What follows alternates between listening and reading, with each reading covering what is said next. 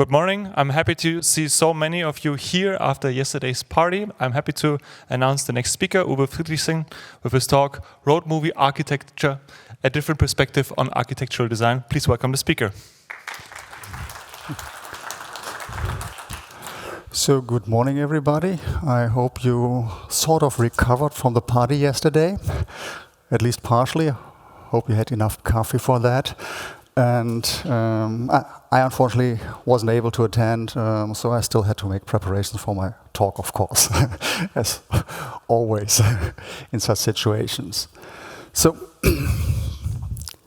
I think that this talk will leave you with more questions than answers, but I did that deliberately because I want to start a discussion, something about pondering maybe different approaches, how to tackle design and these things. But let's dive into it and we'll see how it works. So my name is Uwe Friedrichsen, and yeah, you find me usually on the internet with this handle ufried, wherever it's available, I take that one. There's a blog that I write. There's also a long blog series. Be careful if you really go into this post, because actually it's 16 posts, or if you take the additional post, it's 20 posts, and they're long ones. So it's actually a book about simplifying IT in some ways, and this is part of it, what I'm talking about. And yeah, I work for Coyote, so my employer is also happy right now. Okay, let's get started with some kind of opening thought. If we think about digital transformation, that teenager sec thing of the whole domain here, so everybody's talking about, nobody really knows what it is. I mean, in the end, digital transformation means that IT is everywhere. I always say IT in business has become the same side of the same coin, and the other side is the market. So whatever you do to the IT, you do to your business and vice versa, basically. Usually, okay, they handle this one as a cost center and this one as, it doesn't work. But let's not dive deeper into that. Another effect of digital transformation is that IT, meanwhile, has become indispensable for our business, but also for our private lives. Shut off IT and you have chaos on the streets, literally. So it's almost like power supply, meanwhile. On the other hand, if we look into this IT, which fuels everything, basically these days, yeah, we're drowning in complexity. So our system landscapes have become so complex, so incomprehensible, that barely anyone knows why it's still working. So we're sitting there, well, yeah, okay, let's stick on this little tiny island here and let's not look out because there are dragons and we have no idea how many dragons out there. And so we see, okay, we have become very important and we drown in complexity. So everybody would think now we would do our best to reduce the complexity, to simplify our IT landscapes. And if we look around, what we actually do, yeah, we happily add more and more complexity every single day. With each new project, with each new technology we add, with each new initiative we start, with everything more and more and more and more. And please do not get rid of anything what's already there. And yeah, what I'm going to talk about today is one of these culprits that add to this kind of complexity. So let's start with sensing the problem. I mean, I've seen way too many architectural discussions that started with a solution without having a problem. I like to start the other way around, first figure out the problem and then think about options to solve this problem. But, well, so what's the problem that we have? The culprit I want to talk about here is what I call the current target architecture. So basically, most companies I've seen have this kind of current target architecture. It's either something that some architecture department created and said, that's how we do things right now. So currently this is microservice and SPA and maybe a message bus and blah, blah, blah, and so on, or something different if it's no longer the newest fashion. And it's, or you have some strongest opinion leaders in your development teams who shape this kind of target architecture, in the worst case CV-driven. And but that's basically then the default for most new development projects. So if we start a new project, that's microservice and SPA and whatever. So, and as I said, it's usually influenced strongly by current fashions. The problem of these target architectures is that they always influence some sort of an ideal end state. Story always goes a little bit like, yeah, we know it doesn't integrate too well with what we already have, but once we implemented or re-implemented everything according to this new target architecture, everything will be great. Homogeneous landscape, so much reduced complexity, and so on. And we see big transformation initiatives that try to implement these new target architectures. I've seen many of them in my, meanwhile, more than 30 years of my professional IT career. So let's have a look. Right. Looks reasonable at first sight. So trying to reduce every complexity by making everything homogeneous, and so on. Hey, cool thing. But let's have a reality check. The problem is that these target architectures never last very long. So in my career, I've probably seen 10 iterations or 20 of them, of these target architectures that will fix everything for good. So they never complete these initiatives. And so you never have this full homogeneity and you never reach the end state. Actually, so a new CIO comes and says, yeah, no, there's a newer fashion and we do it, or the conferences say, here's the next cool thing, and everybody runs for that, and all these things are going to happen. So your target architecture changes all the time. And at the same time, you also see that, interestingly, especially in companies where you have these architecture teams which define the target architecture, say, yeah, there's a Pareto principle, so this should fit for 80% of all our projects. And interestingly, usually it just fits for, or it seems to fit for 20% of all the projects, and 80% try to deviate from that for either good or bad reasons. So, well, even more fragmentation in the IT landscape. So in the end, this target architecture basically leads to added complexity. By always striving for this ideal end state, we add new layers and incomplete layers of complexity to our IT landscape, and more and more and more of them over time. And yeah, so, and as all these different target architectures do not play well with each other, because, hey, here's my target architecture and it plays well with itself, but with no one else who's already there in the system landscape, we have the problem that the complexity does not add up, it multiplies up, basically. So, yeah, not a good situation. So, bad for the people in production, becomes brittle, bad for the people in development, it's a nightmare to maintain, bad for the product managers, because, yeah, we're getting slower and slower and slower in our innovation speed. And it's also bad for the users out there, because these are not really dependable, these systems. They cannot really depend that they do what they need to have done. But, yeah, we know that our landscape is a mess. I've heard this statement literally at some of my architectural reviews I did. No, Uwe, you don't have to look into our IT landscape. We already know that it's a mess. But we have that great new idea how we are going to fix it. So please help us with a great new idea. Well, until the next CRO comes along, or maybe the next fashion comes along, and so here we go again. Okay, so we see that's a problem. So always adding new complexity or landscapes which are already almost unmaintainable. So what do we need to do differently? So first of all, what do we need to accept? I think first of all we need to accept that this whole end state thing is an illusion. That we will never reach an end state where our system landscape completely adheres to some kind of homogeneous approach.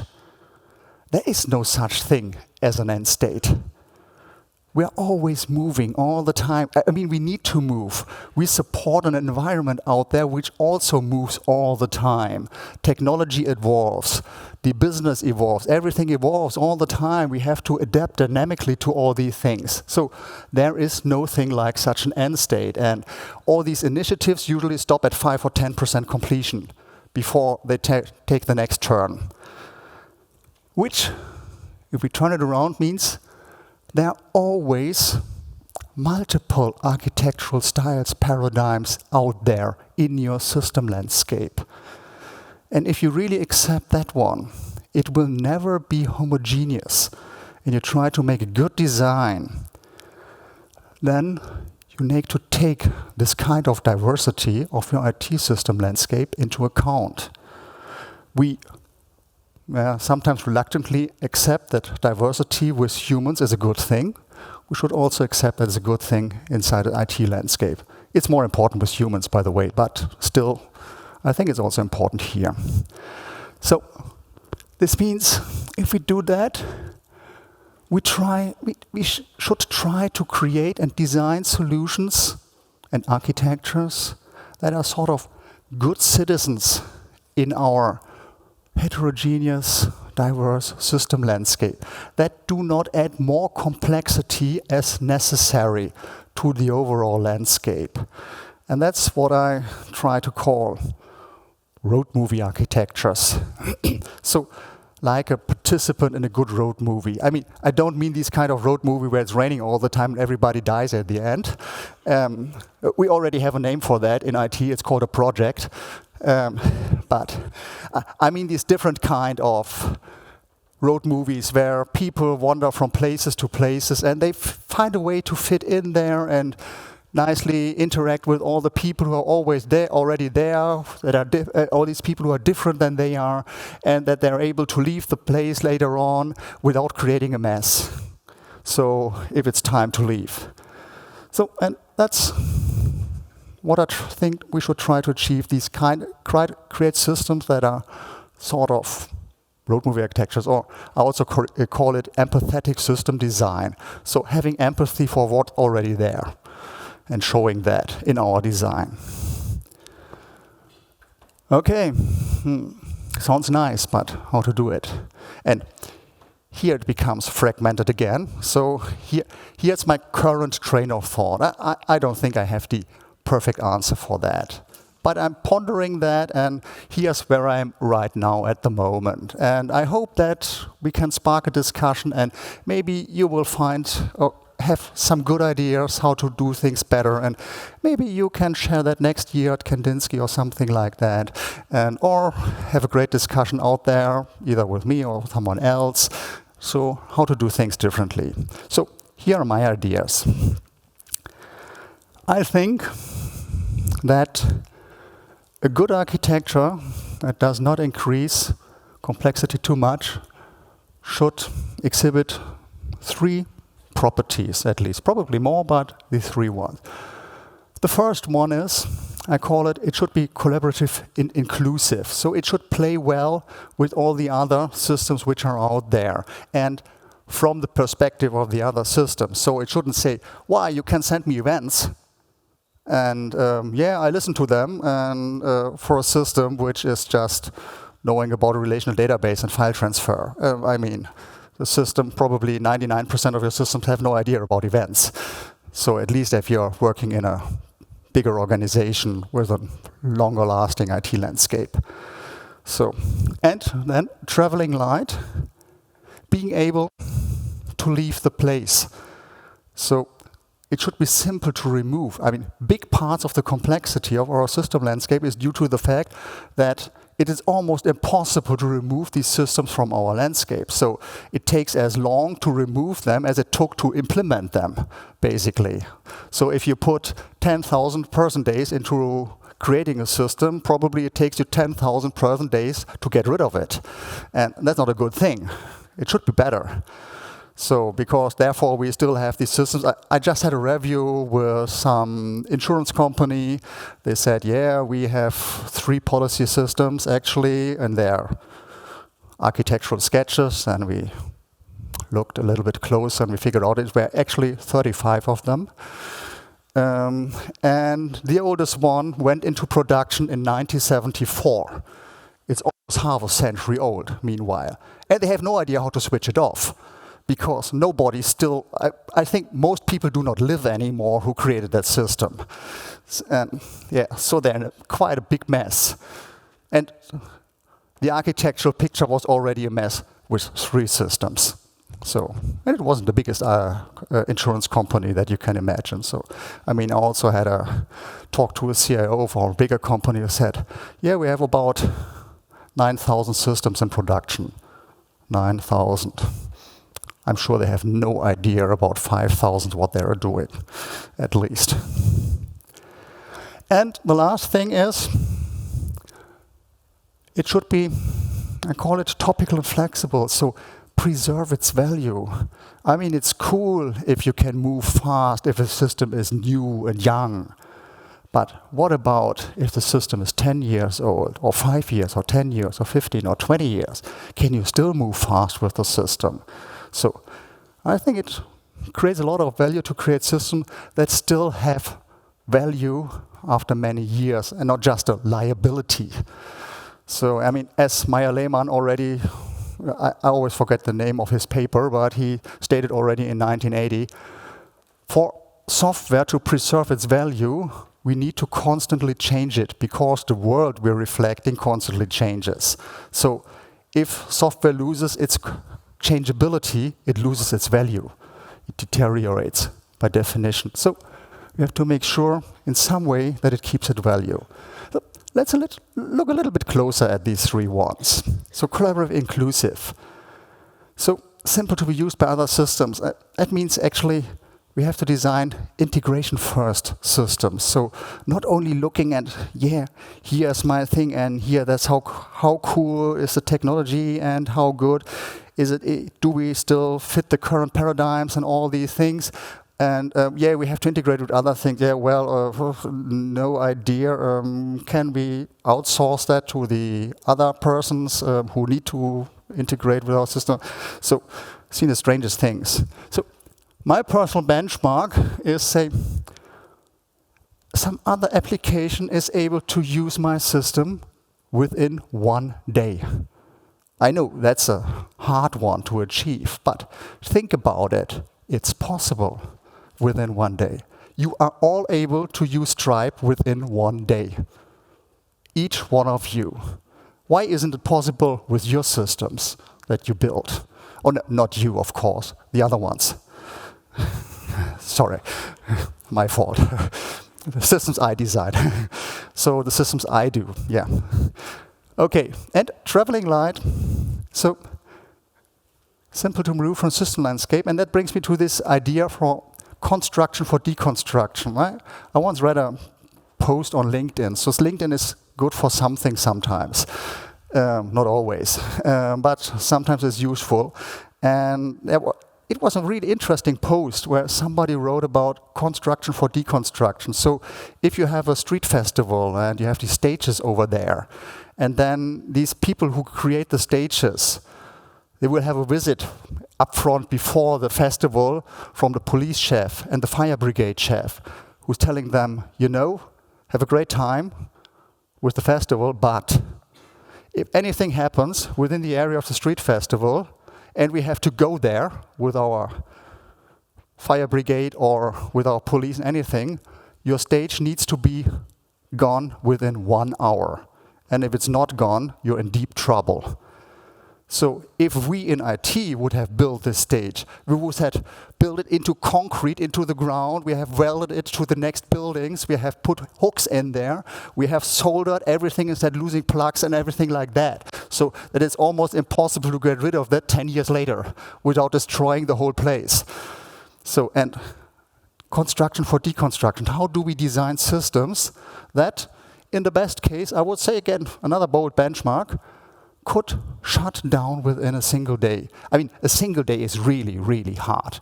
But at least think about that. I mean, 10 years ago, probably most companies weren't able to consider that they would be able to have lead times of less than 1 day. And today we have learned it's possible. And 10 years ago, most companies wouldn't have thought that it's possible to have more than 2 releases per year. And today we have learned that it's possible to have many releases per day. So it's possible. So thinking about that, start with a good benchmark, basically. And topical and flexible, yeah, I mean, we talked about that. Business value, preserve it over time. So this changeability and evolvability, yeah, we always talk about that. But what does it actually mean? My benchmark would be something like, it should be as nicely changeable after 20 years as it is after 1 year. So not immediately after setting it live, but it runs for a year and it's still quite nice and smooth everything. Why does it always have to deteriorate over time? So how are we able to make sure that we can still go as fast after 20 years as we did after 1 year? Hopefully not having these kind of misled agile teams who say, no, we don't need any design, it's all emergent, and therefore we just start coding, and with the refactoring we will figure out the design, and what I usually call then from zero to legacy in just 6 months. So starting with refactoring sprints after 3 months or something like that. I mean, refactoring, if you do a refactoring sprint, it basically means my design is out of control. Nothing else. So it's a warning sign. It's an agile smell, I would call that. Yeah. But let's move on. So how can we achieve these properties? These were bold benchmarks. And I'm not completely sure. As I said, I'm on the journey myself, how to do these things. And here are the ideas that I've collected so far.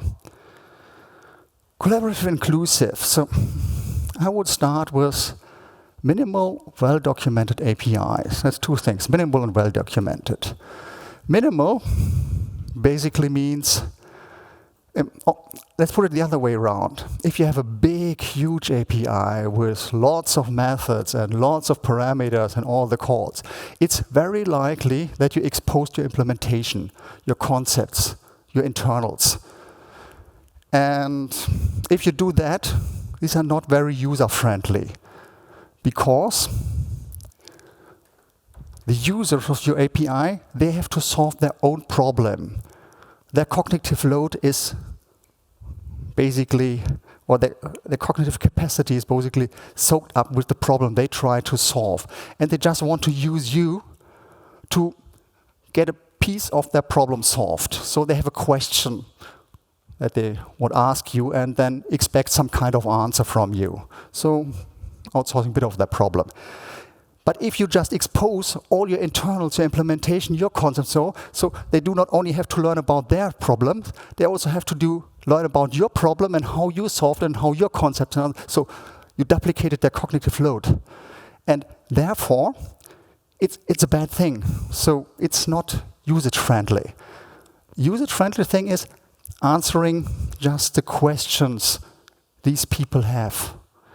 And if I tell you, you have to go for minimal APIs, it will lead you into that direction because it creates a pressure. And the only way to really end up with a minimal API is really looking, what questions do my users have and what's the minimal set of endpoints I can offer to answer these kinds of questions. And they will become a lot more concise, these things. Therefore, if I really want to be nicely integratable, I have to go this way, looking for minimal APIs. And well-documented, yeah, of course.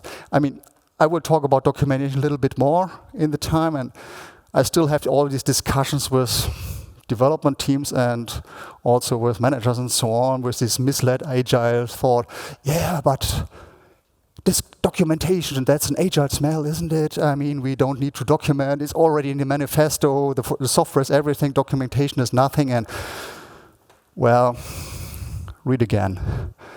I mean, what the manifesto says, to clear that, or to finish that once and for all, is it says you shouldn't just write about what you want to do and how it should do things. You should also do the thing.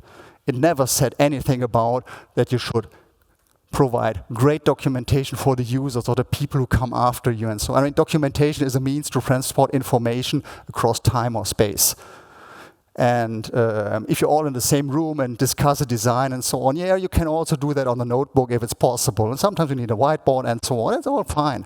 But this is a different kind of documentation. And it's funny that the same people who always say, no, we don't write any documentation, always complete how bad the documentation of the AWS APIs is or something like that.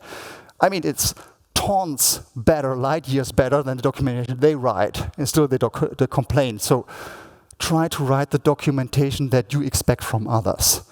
That's the point, basically. And for an API, again, look Stripe. Stripe has excellent documentation in there. They have playgrounds, they have everything. So that's how it should be. And again, you're able to run Stripe within a few hours. That's amazing. So it's basically the poster child of API documentation.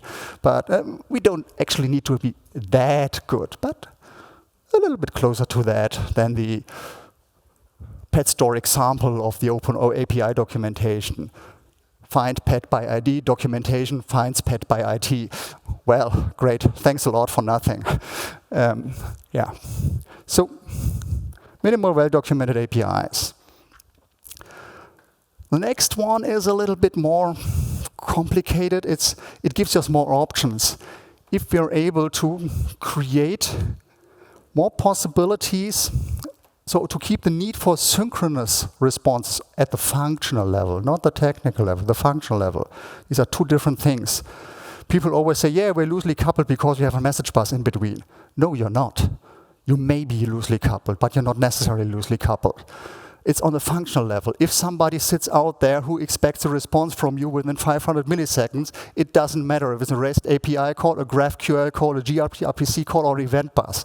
It's all the same, 500 milliseconds and you're done.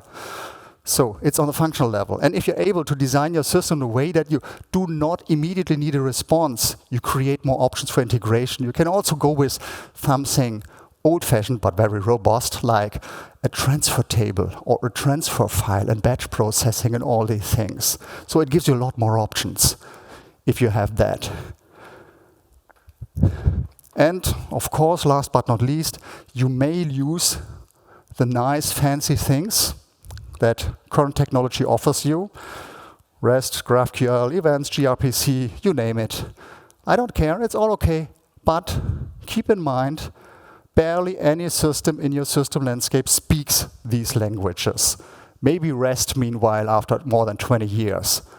But the rest, that's you and the one system outside of you. That's basically it, unless you're Google or someone like that. But in bigger IT system landscapes, so from enterprises like I usually see, nobody out there. So try to offer some kind of fallbacks. Okay, that was integration first. Now, traveling light. The core idea, of course, is think about removal of the system while you're designing it. It creates a very, very different force. And you will end up with completely different designs if you think about that. Because, oh, here's a cool design. Oh, how do I get rid of that? Oh, bah, back to the scratch board. So, I think one part of it is really thinking about a lot of the functional design and this kind of low coupling. I mean, we talk about that for 50 years. Meanwhile, I mean, the high cohesion low coupling, the original article where I first read it was Structure Design from 1974. And it reiterates from then, and everyone says, yeah, I know what it is, go on with the juicy stuff. And I say, okay, now tell me how you do it. And yeah, usually that's where the trouble starts then. So most people who immediately say that they know what it is, usually are not able to create a design that really adheres to that principle. So low coupling, it's a complicated thing. We won't solve it right now, but look into that and what it really means. At the functional level, again, at the functional level. Logic, not technology. Technology just supports loose coupling, but it doesn't create loose coupling. Part of that probably is then try to make your global dependency explicit. So it's really making clear what do you need from others and what do others need from you? And can we just on a text editor somewhere, I don't care. But if you see it, it does something to you. It speaks to you. And you don't want to have the list getting longer. And it will have a certain size because you need some kind of coupling. All these systems need to interact in some way. But how can I keep this list sort of concise? Again, API is minimal. Here, the smaller the API is, the higher the chances that I can unplug it without creating a mess. And again, usage-driven. We talked about that. And another recommendation is that you think in flow of behavior and data, because that's where the API, the interaction takes place. If data flows from one place to the other, if we access some behavior over there and get some kind of response here of trigger a chain of behavior or something like that. It's not in the entities. Do not look into the entity design, into your data model when you start doing designs. The worst anti-pattern I always seen is the partner systems of insurance companies. So this customer and other partners, the whole system just written around one entity, or call it aggregate if you want to use the domain-driven design term for that. But I think it's a complete anti-pattern. All systems stand still if the partner system is down. All systems. It's even worse than the policy system. At least the claim system still works if the policy system is down, which is more important for most customers than the policy system, actually, to be honest. But yeah, so think in flows. What else do I have here? So another thing why we have a big problem to get rid of these systems is that people, I talked about that, do not know anymore what they do, and therefore they do not dare to remove it. We could shut it off, but we have actually no idea what's going to happen with our business if we do that, so better let's write another wrapper around that in the next technology to wrap that system and have a communication adapter. We're hexagonal, which is a good thing. But if it's just for wrapping more and more around legacy systems, it doesn't really help. So document what the system does, what its intention is, what kind of value it delivers. Keep it short, because if you make it long, 200 pages, you do not keep up to date. 20 pages, maybe 10 pages, yeah, that's a good thing, and people even read it, which is even better. So another thing which points to the other idea is also write a document already, the shutdown document. Not only the operations document, but the shutdown document. Which is, okay, am I on the right track? Am I not? And sure, GDPR is everywhere, so how you get rid of the data that you store locally. The global data you need to migrate somewhere and should be somewhere in your shutdown document, how to migrate this kind of data. As shutting down in one day is quite a bold approach, maybe, it's okay if you think about how to shut down the system in several iterations. So shutting down functionality one by one, it's good enough, basically, I think. It's a lot better than not having any idea how to shut it down. And finally, as we are not on the green field, which would be nice, but we are on the brown field. So it's a good idea to reserve time to continually simplify your system landscape, to figure out, here's just some old systems, and let's reserve some time to get rid of that, because it just increases complexity. How to shut off that policy system from 1974. We don't need that anymore. We want to go down to 3 policy systems, not to 35, no matter what your domain is. And people say, no, we don't have money for that, we have no time for that. This will pay within 1 year for itself. And after 2 years, you already have a positive interest rate. After 3 years, you earn money with that, and so on. So it's not about the money. Ideas for the last one? Topical, flexible. Yeah. It all starts with the domain. So like with real estate, it's location, location, location. Here it's domain, domain, domain. And I mean, what better place could we have than a conference which already has domain-driven design in its name to reiterate that one? You cannot come up with a good design without having understood your domain. Because if you need to evolve your system, if you change your system, you don't want to have huge ripple effects through your system. Oh, I want to have add this new feature, or I have to change this here and there and there and there and there and there and there. And does it play well with each other? I have no idea, and all these things. So you want to have a change over here, and you're done. And everything else still works nicely. And you only can come up with these kind of designs. I mean, 95%, probably 99% of all your change requests over time are functional change requests, not technical change requests. So if you understand the domain, you have a much better likelihood to come up with a design that keeps these changes sort of local, low effort, easy to implement. If you have an architecture which says, here's the UI layer, here's the business logic layer, here's the data access layer, here's the integration, and so and then comes something like, here's a new business feature. Oh, yeah, we have to change the business logic layer. But unfortunately, the business logic layer is 200,000 lines of code, which is a big ball of mud. Nice. I know we have now microservices for that, so it's better. So we have 200,000 lines of code as a distributed ball of mud. Great. So, I mean, without understanding the domain, you will always end up in that place. Not because you're a bad person, but because you have no idea, you're shooting in the dark, basically.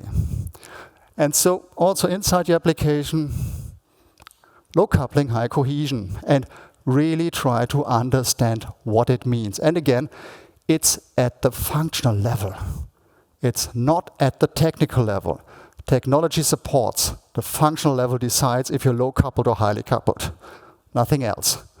You all still have, whoever attended the talk yesterday about connaissance, you have also temporal coupling and all these other things of coupling, of course, too. But it starts at the functional level. Then at the runtime, make sure that your systems are dependable, so available and maintainable and safe and secure and all these things and resilient and. Because if the system sucks at runtime, your users will hate it, your ops people will hate it, and your product managers will hate it, everybody will hate it. And that's not a good premise to run a system for 20 years or longer. And finally here, create probably the simplest solution possible without compromising dependability. I've seen so many designs and implementations that try to show off, to show how brilliant the designer was, or the coder was, or whoever was. And that's not the way to go. Brilliant design is something different. The father of a friend of mine, he was a wholesaler for HiFi equipment. And I once was there, and he had a little studio room where we could listen to different speakers and so on. And then he had a direct cut record vinyl, Esther Oferim, accompanied by guitarist. Just great voice and just a little acoustic guitar with that. And then he switched on some high-end speakers. So I would say these days they would cost about 5,000 or 7,000 euro pair. So good speakers, really good. It was brilliant, And then he switched over to some other pair of speakers. And then something happened I've never seen and heard again. The speakers were gone. Speakers were not there. There was Esther Oferim, there was the guitarist in the room. No speakers, nothing in between. And that's what you should try to achieve with your design and your codes. You should not see your code, you should see the solution that you created. See right through the code. That only works if you do egoless designs. Do not show your brilliance. Make sure that everything which stands between the solution and the reader is gone. That's, by the way, very hard to achieve. It's very, very hard. Last ideas, of course, document for those who follow. I mean, very often these systems deteriorate over time because the people who come after you do not know what your ideas, your intentions were, what the core principles are, and so on. And so they will fill the gaps with their own ideas. And now you have 2 paradigms and 4 types of principles and 6 styles and everything like that. And quite easily your design becomes a mess over time. So write some short documentation. What's the basic structure of the design? What's the style that you use? What are the core principles and idioms implemented in there? And document some non-obvious design decisions. So for people to come back later and say, oh, does it still make sense? Doesn't it still, okay, we can change it. It still makes sense, so let's leave it as it is, and so on. And so it gives you a high probability that your design is not going to deteriorate. Avoid fashions. I mean, if you go with the latest and greatest, chances are that in 2 years the latest and greatest is gone, and nobody except you still using it. If you use something which already stood the test of time a little bit, at least, well, chances are higher that it will still be there in 5 years from now, and so on. Still, of course, you still have to innovate over time, but it gives you a counterforce. So not innovate for the sake of innovation, not just picking the latest and greatest all the time because it's cool. So do it wisely. It's a trade-off here. And this is the counterforce. And the last one, yeah, sure. We all discuss that often that I don't have to say anything about that, do I? Yeah, technical debt. There are whole talks about that. A few additional thoughts, 2 or 3, and before wrapping up. Basically, we're not on the green field. So maybe it would be also helpful to watch our systems that are existing and say, okay, how easily can they still be changed? How good are they still on the technology level? Is the compiler still available? Are there still updates for these systems? Is the library still up to date? And so on. And if these systems reach more end of time, that they're not really that good anymore, that they go into obsolete, more or less, obsolete mode, then maybe it can make sense to limit the access to these systems and say, well, nobody else, no new systems are going to access these systems anymore because we have to shut them down. It makes removal easier. So could be a nice trick for that. I left out all the things about processes and organizations, of course, because many, many options lie in there, how to improve situation, because the mess we're in are mostly driven by some kind of deficiencies in our processes and organizations. So there's a lot of ground to be covered. And I already said, money is not the constraint. So what did I talk about? I said these target architectures, the ideal state that they always assume, this homogeneous system landscape, they're an illusion. And actually, it just increases complexity in the end if we always aim for that. And so the better approach would be to accept that there's always a certain degree of heterogeneity in our system landscape, and that we should take that into account and create solutions that do not add more complexity to our system landscape than they actually need to create.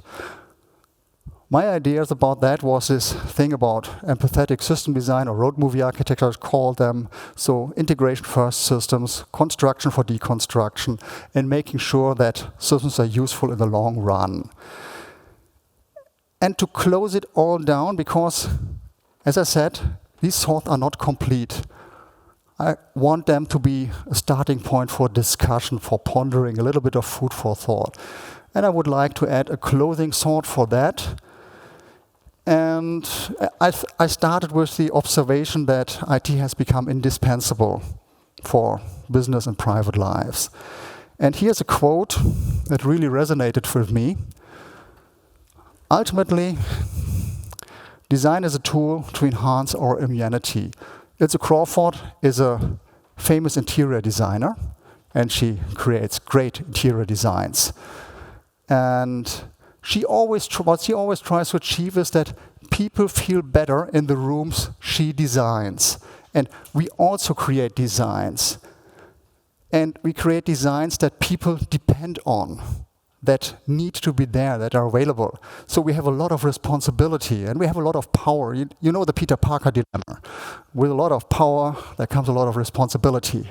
So with great power comes great responsibility. And so I think we should not only do a design good enough, but I think we should aim for designs that improve the lives of the people we affect with them. The users who can rely on the systems, who love to use our systems. The ops people who love to run our systems. The product owners who know that they can rely on us and that their ideas will be implemented smoothly over time and not just the first 3 months and then going down in speed or something like that. Yeah, they will complain in the beginning quite often, but if we're good, they will learn about that. The people who come after us, who will take over our systems when we are gone. And last but not least, also we ourselves, because it's a lot more fun to work in such systems. So we are all Peter Parker, and I'm curious about your ideas. Thanks a lot.